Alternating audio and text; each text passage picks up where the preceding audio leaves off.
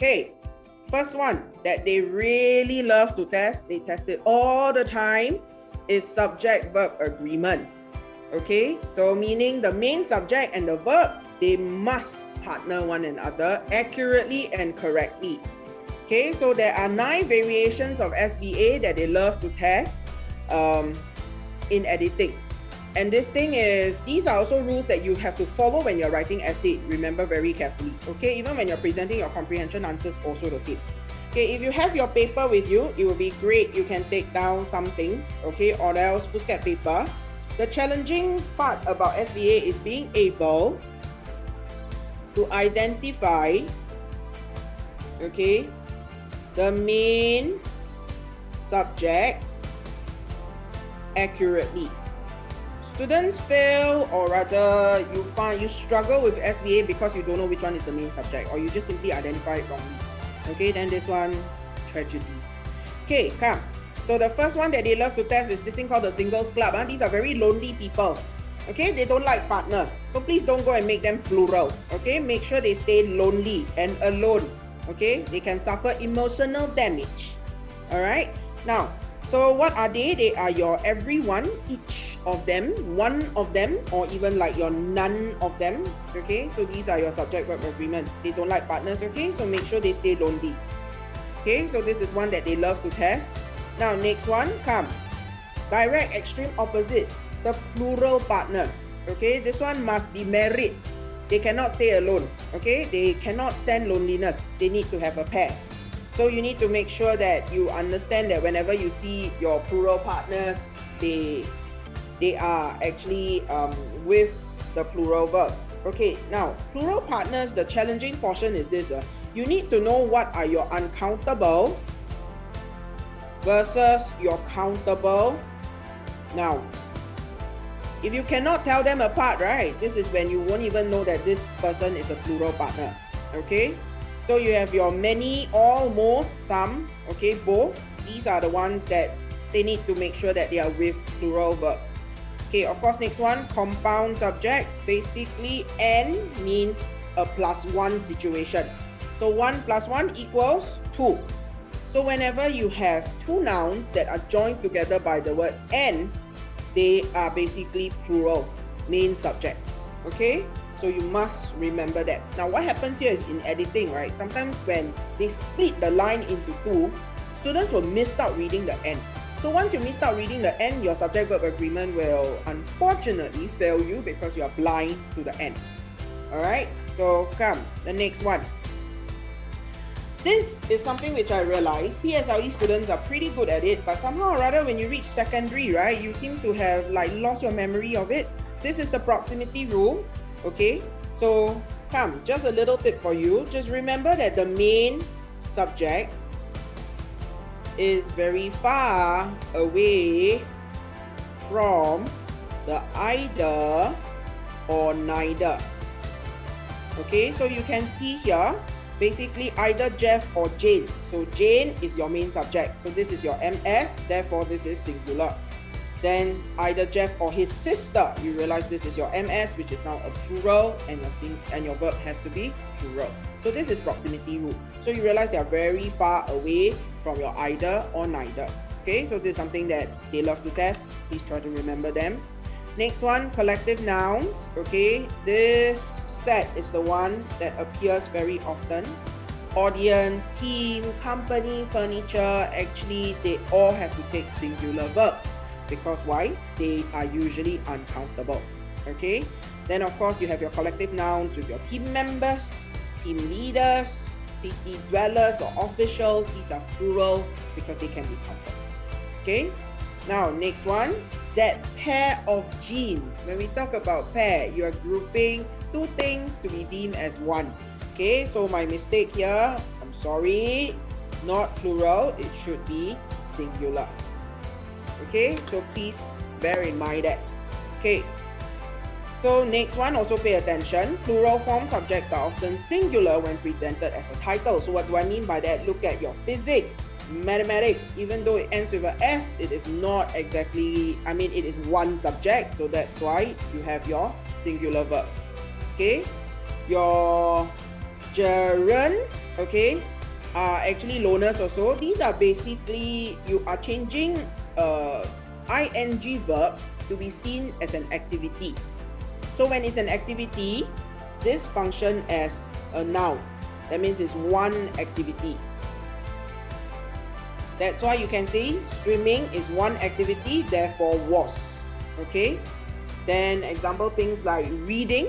Okay, I enjoy reading. So reading is an activity. Okay. Alright, then next one. I'm at the end of the subject-verb agreement. This is super tricky. Unfortunately, I've seen quite a fair bit of students actually fall into this trap. Okay, take note. Who, after one of blank who, this pronoun changes the main subject. Okay, so what do I mean by that? Let's take a look at this. Mr. Lee is one of the teachers who coach. Who changes the main subject to become teachers. So this is your MS and therefore this is plural. Okay, however, if you go straight with one of the teachers, then you don't have the word who inside. That means the pronoun is absent. Your main subject is one of. Okay, so this is your 9 subject-verb agreement, okay, that they love to test. Now, next one, conjunctions. I've got only one tip for you. You need to memorize the list of conjunctions, step number 1. Step number 2, you need to master the different functions of different conjunctions. When do you use your but? When do you use although? When do you use yet? Nevertheless, they are different. Okay? You need to understand placement. Example, because, but. You don't see them at the start of the sentences. Okay? Spoken and written are 2 different things. You need to remember that.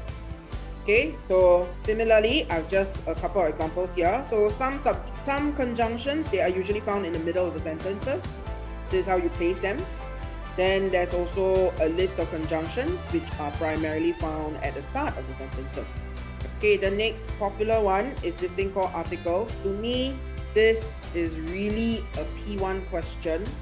However, students somehow or other cannot do this well. Quite sad.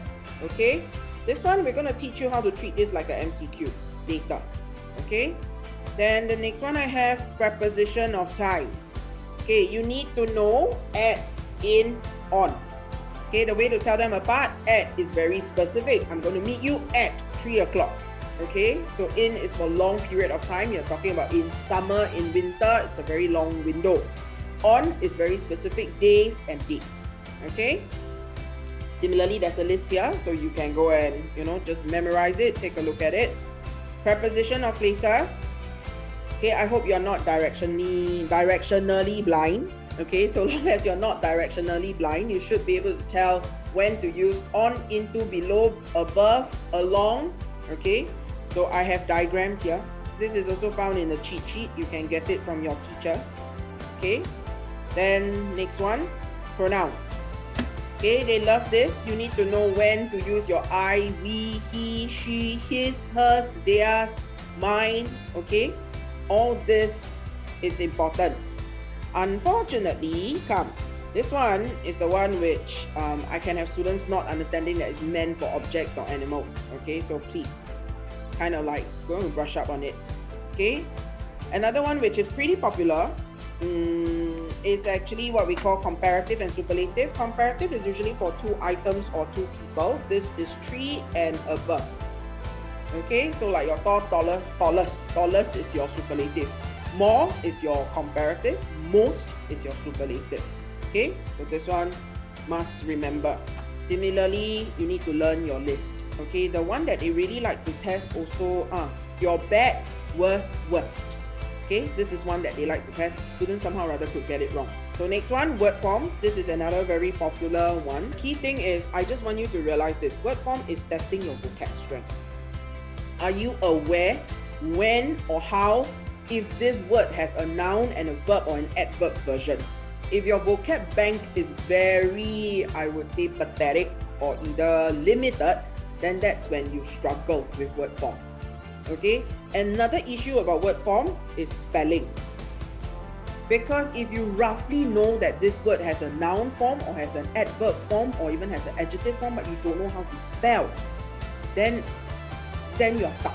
Okay, so you can see here, independence, independent. The spelling is essentially almost the same. It's just that you need to know your CE and your T. Okay, so go and widen your vocab bank and also spelling. Now, how can we practice that? Do a lot more editing. This thing may help. Okay, now I'm at the last part already. So basically, this is what we call tenses. I'm going to teach you how to check your tenses before you actually start your editing. Okay, this is one of the SOP I strongly recommend. Okay, so when we talk about tenses, they like to test this thing called irregular verbs.